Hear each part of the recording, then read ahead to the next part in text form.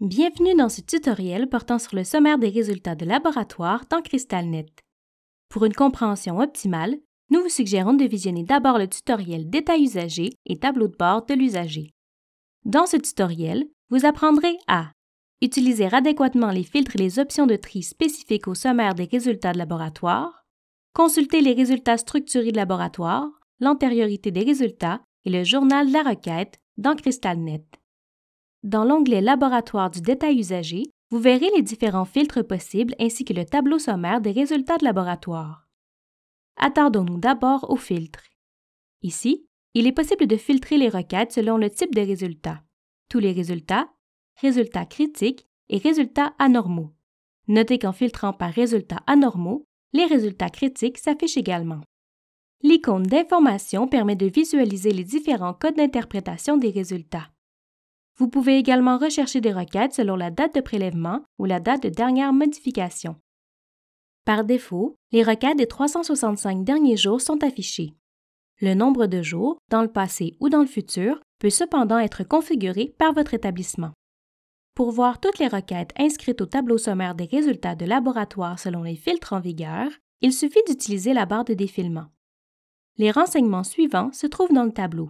La date, soit la date prévue du prélèvement qui se distingue par la présence de cette icône à sa droite, ou la date à laquelle le prélèvement a été réalisé, le statut de la requête, s'il y a lieu un indicateur signifiant qu'une saisie manuelle a été effectuée ou qu'il existe un élément non conforme dans la requête, le nom des examens demandés dans la requête, le site d'où provient la demande, le cas échéant un indicateur signifiant la présence d'au moins un résultat anormal ou critique dans la requête, le nom de l'intervenant ayant demandé l'examen, le numéro de la requête dans le système d'information de laboratoire, notez qu'en cliquant sur celui-ci, vous pouvez consulter le détail de la requête, la date et l'heure de la dernière mise à jour reçue dans CrystalNet pour la requête en question, les annotations présentes pour cette requête qui s'affichent directement en cliquant sur l'icône, et enfin, le journal de la requête. Si un triangle bleu s'affiche dans la colonne Examen, c'est qu'un commentaire existe pour la requête.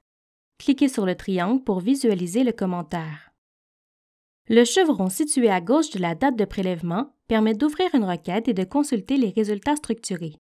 Notons qu'ouvrir une requête non consultée à l'aide du chevron modifiera son état. La requête passera de non consultée à consultée. Ouvrir une requête à l'aide du chevron permet de voir les éléments suivants. Le cas échéant, un indicateur signifiant la présence d'un élément non conforme ou d'un statut préliminaire en attente, modifié ou annulé, la catégorie de l'analyse, le nom du groupe d'analyse, la date de prélèvement de l'échantillon, la date de réception de l'échantillon au laboratoire, la date du résultat, le nom des analyses ou des paramètres en entrée, un indicateur d'anormalité s'il y a lieu, le résultat de l'analyse ainsi que les unités associées ou la réponse aux paramètres en entrée, et les valeurs de référence pour l'analyse. Notez que les colonnes date de prélèvement, date de réception et date du résultat sont pilotables. Si un triangle bleu s'affiche pour une analyse, un groupe d'analyse ou une requête, c'est qu'un commentaire a été effectué. Cliquez sur le triangle pour consulter le commentaire. Ce commentaire n'est pas lié au commentaire dans la colonne Examen. La fonctionnalité Antériorité des résultats permet de consulter les résultats des analyses de laboratoire sous forme de tableau ou de graphique pour une période de temps désirée. Pour consulter l'antériorité des résultats, sélectionnez d'abord les analyses désirées, soit sur la ligne d'une requête ou dans le détail de la requête. Notez que c'est en sélectionnant une requête ou une analyse que le champ Antériorité des résultats sur et le bouton Consulter l'antériorité deviennent actifs. Cliquez ensuite sur Consulter l'antériorité. La fenêtre Antériorité des résultats s'affiche.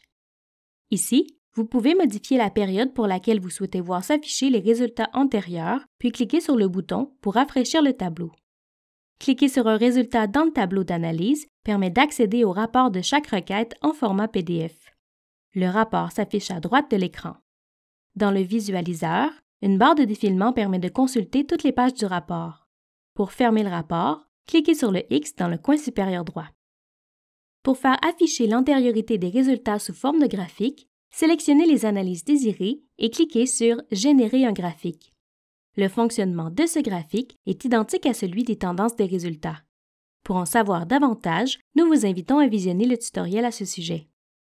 Pour ouvrir la fenêtre Journal de la requête, cliquez sur cette icône dans le tableau du sommaire des résultats de laboratoire. L'onglet Consultations permet de voir l'historique des consultations de la requête. L'onglet Impression permet de consulter l'historique d'impression de la requête. L'onglet Tendances, quant à lui, permet d'afficher les consultations du tableau des tendances de résultats. Les analyses présentes dans le tableau lors de la consultation sont indiquées. Ceci conclut le tutoriel portant sur le sommaire des résultats de laboratoire. N'hésitez pas à consulter notre base de connaissances pour en savoir davantage sur les diverses fonctionnalités de CrystalNet. Nous vous invitons également à visionner nos autres tutoriels disponibles à la fois sur notre chaîne YouTube, sur notre site Web et sur notre base de connaissances.